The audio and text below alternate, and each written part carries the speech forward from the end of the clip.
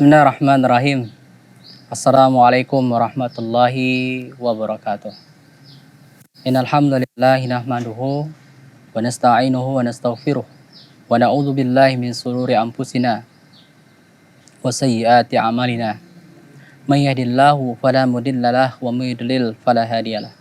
Alhamdulillah, kaum muslimin yang dimuliakan Allah, yang semoga kita semua senantiasa Allah jaga dalam kebaikan. Allah berikan banyak di antara nikmat-nikmatnya kepada kita untuk kita terus bersyukur. Nikmat agar bisa bersyukur juga termasuk hal yang luar biasa yang harusnya kita semua sebagai seorang muslim, sebagai seorang mukmin senantiasa menjaga perkara tersebut. Kita berdoa kepada Allah, Allahumma a'inni ala zikrika wa syukrika wa husni ibadatik. Ya Allah, bantulah aku, tolonglah aku agar kiranya aku bisa menjadi hamba a'inni ala zikrika yang senantiasa berzikir kepadamu, wa syukrika yang senantiasa bersyukur terhadap nikmat-nikmatmu, wa husni ibadatik dan kiranya aku bisa beribadah dengan sebaik-baiknya ibadah kepadamu. Kita memohon kepada Allah, kita butuh, kita berdoa agar kita dibukakan hati kita untuk berdoa. Nah, coba lihat kaum muslimin, ternyata berdoa kepada Allah saja, dibukakan hati kita, dibukakan lisan kita untuk bisa berdoa kepada Allah, itu adalah bagian dari nikmat. Ya, makanya kita berdoa kepadanya, ya Allah, bantulah aku, tolonglah aku. Karena apa? Kita hamba yang lemah. Kita hamba yang tidak punya daya upaya. La haula wala quwata illa billah. Kita tidak mampu, tidak punya kemampuan. Lantas apa yang mau kita sombongkan? Kalaulah untuk beribadah saja kita butuh bantuan Allah. Lantas apa yang mau kita sombongkan karena kita rajin ke masjid? Bukankah itu juga Allah yang gerakkan hati kita? Bukankah kita lihat berapa banyak manusia yang bahkan masjid itu di depan rumahnya, namun tidak tergerak hatinya untuk pergi melaksanakan sholat 5 waktu di masjid tersebut. Bukankah ini juga bagian dari hidayah yang Allah berikan kepada kita? Maka syukuri nikmat tersebut kaum muslimin. Syukuri dan Allah tambah syukur tersebut.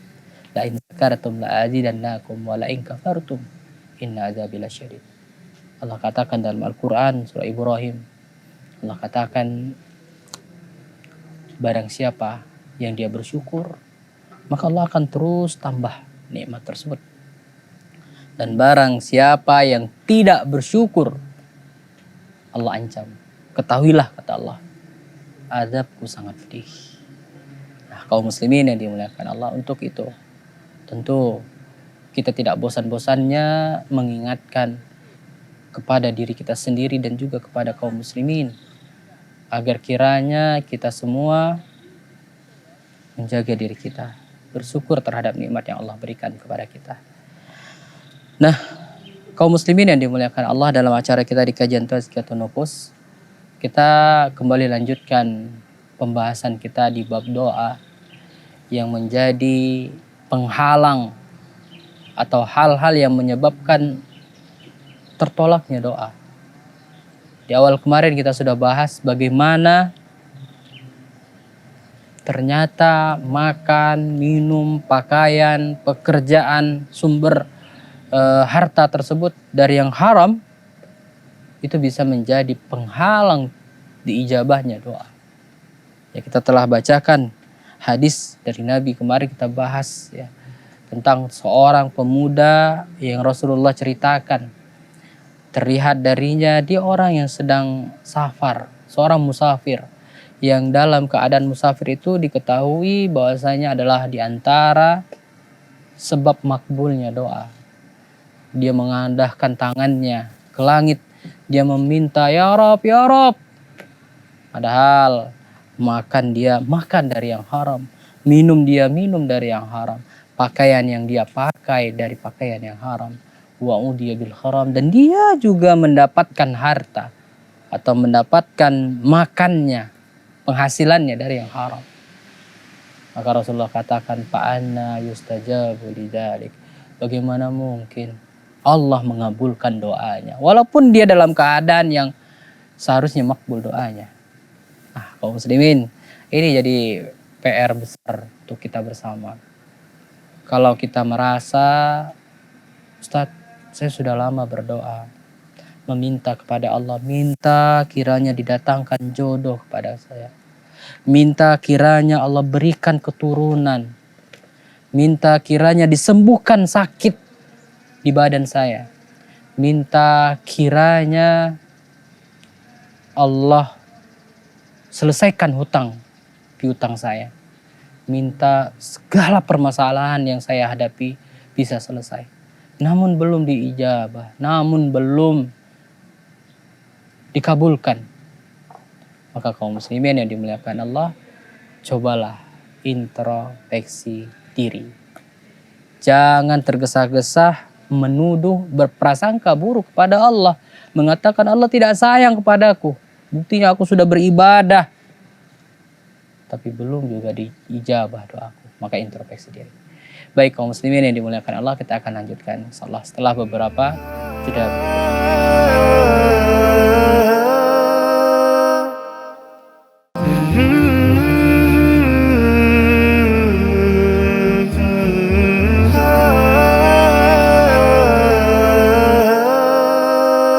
Ya baik kaum muslimin yang dimuliakan Allah, kita lanjutkan kembali pembahasan kita di sebab-sebab atau penyebab terhalangnya atau tertolaknya doa. Nah, adapun yang di kedua ini yang menjadi penghalang atau penyebab tertolaknya doa adalah kelalaian hati ketika berdoa. Nah, jadi ternyata kelalaian hati ketika berdoa artinya dia lisannya mungkin mengucapkan kalimat doa, tapi hatinya entah kemana menerawangnya. Artinya dia tidak resapi doanya. Ini biasanya kebanyakan dari kita yang hafal lafaz doa, tapi kita tidak tahu artinya apa. Jadi disinilah letak pentingnya kita paham dengan doa yang kita panjatkan. Bukan hanya sekedar menghafal, tapi juga kita harus tahu apa maksud dari doa yang kita panjatkan kepada Allah. Sehingga ketika kita paham, mengetahui doa tersebut, kita bisa lebih khusyuk lagi dalam berdoa. Kita lebih bisa lagi meresapi doa yang kita panjatkan, kita baca kepada Allah. Nah itu dia. Jadi jangan hanya sekedar hafal doanya, hanya sekedar untuk keren-kerenan, hanya sekedar ketika disuruh untuk berdoa kita mampu berdoa, tidak. Ini adalah perbuatan yang sangat keliru. Bahkan bisa jatuh pada perbuatan yang buruk. Ketika kita niatkan, kita ngafal itu, kita memiliki banyak doa untuk supaya kita dipandang, dipanggil orang yang alim, orang yang bagus, baik dalam berdoa dan lain sebagainya. Tidak. Kaum muslimin yang dimuliakan Allah, penting ya. Rasulullah pernah bersabda dalam hadis yang diriwayatkan oleh Tirmizi, "Ud'ullah wa antum muqinun bil ijabah. Wa antum muqinun bil ijabah wa'lamu anna Allah la yastajibu du'a min qalbin ghafilin lahi." Dalam hadis ini Rasulullah mengatakan, "Ud'ullah, berdoalah kepada Allah. Berdoalah, mintalah kepada Allah wa antum muqinun bil ijabah. Dan engkau dalam keadaan betul-betul berharap agar Allah mengabulkan doamu." Orang yang dalam keadaan terdesak, orang yang dalam keadaan terhimpit, orang yang dalam keadaan kritis, dia merasa tidak ada lagi yang dapat membantu menolongnya. Satu-satu yang dia jadikan senjatanya adalah berdoa kepada Allah. Dia berharap agar Allah kabulkan doanya untuk menyelamatkannya. Di antaranya kita pernah dengar kisah 3 orang dari Bani Israel yang dikatakan mereka terkurung dalam gua, yang mana gua tersebut terhimpit oleh batu yang besar sehingga mereka tidak lagi bisa keluar, bahkan tidak bisa menggeser batu tersebut untuk keluar dari gua ini. Maka apa yang mereka lakukan? 3 orang ini mereka akhirnya bergantung hanya satu harapan, berdoa meminta kepada Allah agar kiranya diberikan pertolongan. Maka mulailah orang yang pertama dia berdoa. Dia berdoa kepada Allah, dan di antara caranya agar segera datang pertolongan tersebut, dia jadikan amalannya sebagai wasilah dalam berdoanya. Orang yang pertama mengatakan, aku memiliki seorang ibu, orang tua, yang setiap harinya aku selalu berusaha berbakti, berbuat baik kepadanya. Suatu hari, aku memiliki kebiasaan, sebelum mereka tidur, aku berikan minum susu yang aku perah sendiri dari ontaku. Nah, suatu hari aku pergi keluar kota dan pulang terlambat. Pulang ketika tiba aku lihat orang tuaku sudah tidur. Maka tetap aku sediakan susu tersebut dan aku menunggu di sebelah tempat tidurnya. Yang kiranya aku berharap ketika dia tersadar, terbangun dari tidurnya, maka aku akan berikan minum susu tersebut. Dan aku menunggunya. Dan ketika itu anak-anakku dalam keadaan haus, yang mereka juga meminta air susu tersebut, dan aku belum berikan. Karena aku ingin mendahulukan orang tuaku. Ya Allah, seandainya ini engkau anggap adalah amalan yang baik, maka aku jadikan ini sebagai wasilahku agar engkau kabulkan doaku. Maka ketika itu bergeserlah batu tersebut. Bergeser sedikit, namun mereka tetap belum bisa keluar. Maka datang orang yang kedua. Orang yang kedua juga memanjatkan doanya. Dan juga membuat wasilah dari amal kebaikannya. Dia katakan, wahai Allah, sesungguhnya aku pernah ingin melakukan perbuatan zina, perbuatan buruk kepada saudariku, sepupuku. Nah, sampai pada suatu hari aku bisa mampu untuk melakukannya. Namun ketika itu saudariku itu atau sepupuku itu dia mengatakan, takutlah kepada Allah, engkau memasukkan cincin bukan pada haknya. Maka mendengar perkataannya itu, aku ketakutan. Lalu kutinggalkan dia sendirian dan tidak jadi melakukannya. Ya Allah, jika engkau anggap perbuatanku ini termasuk amalan yang saleh, maka aku berdoa hendaknya engkau kabulkan doaku melalui wasilah dari amal tersebut. Maka kembali bergeser batu tersebut. Namun tetap saja mereka tidak bisa melewati karena masih kecil celah tersebut dan mereka belum bisa melewati celah tersebut. Maka datanglah orang yang ketiga yang juga dia berdoa kepada Allah dan dia jadikan amalannya. Dia ingat-ingat apa kiranya amalan yang bisa dia jadikan wasilah agar doanya dikabulkan oleh Allah. Agar doanya dikabulkan oleh Allah. Maka dia katakan, ya Allah, aku dulunya memiliki seorang pesuruh atau pekerja. Nah, pekerja ini ternyata suatu hari dia pergi dan dia belum mengambil gajinya. Dan dia belum mengambil gajinya. Lalu aku berinisiatif gajinya tersebut aku belikan ternak. Aku belikan ternak, aku pelihara sampailah dari gajinya itu, dari ternak yang aku belikan untuknya itu berkembang biak dan menjadi satu lembah. Banyak. Lalu orang ini akhirnya datang kembali menjumpaiku dan meminta haknya. Dan kukatakan kepadanya, ini semua adalah hakmu. Ini adalah dari gajimu, ternak-ternak yang kau lihat ini. Lalu dia ambil semuanya tanpa menyisakan satu ekor pun untukku.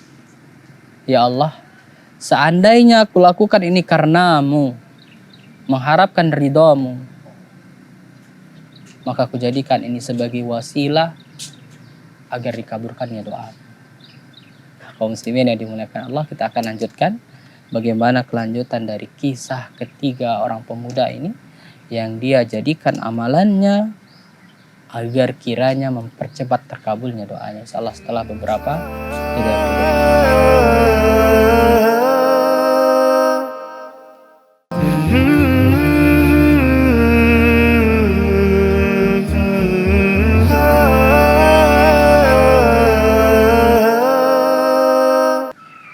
Ya baik kaum muslimin yang dimuliakan Allah, kita lanjutkan di segmen yang terakhir, segmen yang ketiga, pembahasan tentang sebab tidak dikabulkannya doa atau tertolaknya doa.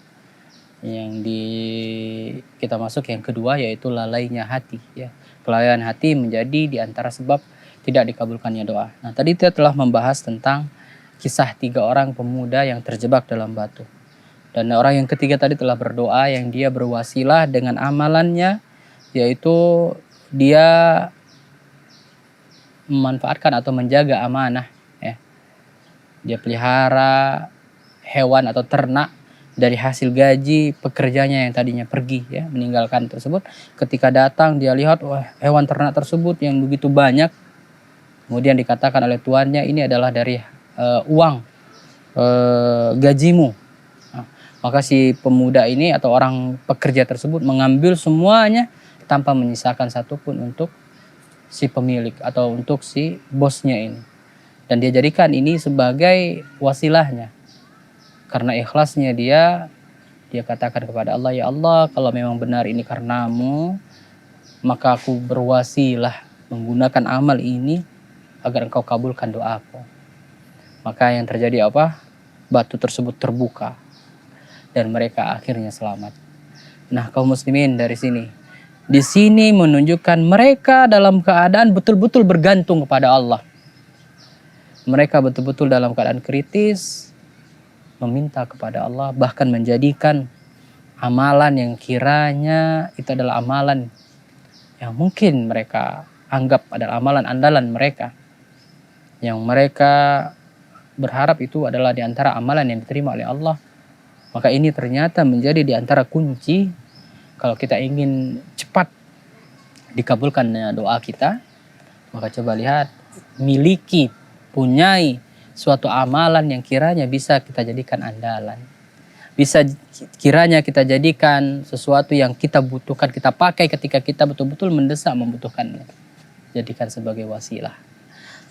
Nah, kaum muslimin yang dimuliakan Allah, intinya dari pembahasan kita saat ini adalah wajibnya kita menghadirkan hati ketika berdoa kepada Allah. Karena di situ dikatakan dalam hadis Nabi, wa'lamu annallah la yastajibu du'a min qalbin ghafilin lahin. Ketahuilah, kata Nabi kita, sesungguhnya Allah tidak menerima, tidak mengabulkan doa dari hati yang lalai. Allah tidak terima doanya, tidak menerima doanya seorang hamba yang hatinya lalai ketika berdoa kepada Allah. Ya, kaum muslimin yang dimuliakan Allah, tentu ya kita bisa lihat bagaimana pentingnya menghadirkan hati. Karena alangkah sia-sianya selama ini kita berdoa kepada Allah, tapi hati kita tidak hadirkan. Termasuk ya dikatakan di sana dalam hadis Nabi, ya, Nabi pernah menegur seorang pemuda yang dia berdoa kepada Allah. Namun dalam doanya dia tidak mendahului doa tersebut dengan pujian kepada Allah dan selawat kepada Nabi. Nah, Nabi sifati ini termasuk terburu-buru, tergesa-gesa dalam berdoa dan tidak menghadirkan hati dalam doa. Maka kaum muslimin di antara adabnya juga atau di antara hal yang mencegah, ya, tidak termasuk hal yang tergesa-gesa tersebut atau menghadirkan hati adalah kita mendahulukan dengan puji-pujian kepada Allah. Dengan puji-pujian, kemudian salawat, baru minta apa yang ingin kita minta kepada Allah. Dan minta dengan permintaan kita betul-betul berharap Allah kabulkan doa tersebut. Sebagaimana tadi kita telah kisahkan ya, 3 orang pemuda ini dia meminta kepada Allah dan permintaan tersebut dia betul-betul inginkan segera dikabulkan. Karena kalau tidak segera dikabulkan, tentu mereka akan dalam keadaan sangat berbahaya, bahkan bisa mati. Maka mereka sangat butuh agar Allah segera kabulkan doanya. Sehingga dia genjot doanya tersebut, dia jadikan amalannya sebagai wasilah agar segera Allah kabulkan doa tersebut.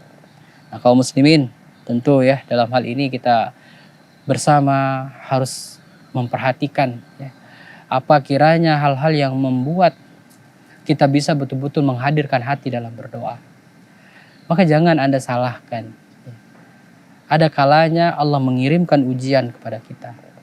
Allah ingin agar kita sungguh-sungguh betul-betul berdoa kepadanya. Karena tidak sedikit dari kita baru bisa betul-betul berdoa kepada Allah, meminta, menangis, meratap, merengek ketika Allah berikan kepada kita ujian.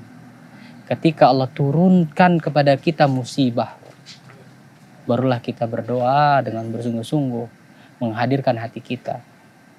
Maka nikmati proses di mana Anda sedang diuji. Di saat itu Allah ingin Anda kembali mengetuk pintunya, merengek, meratap, meminta kepadanya.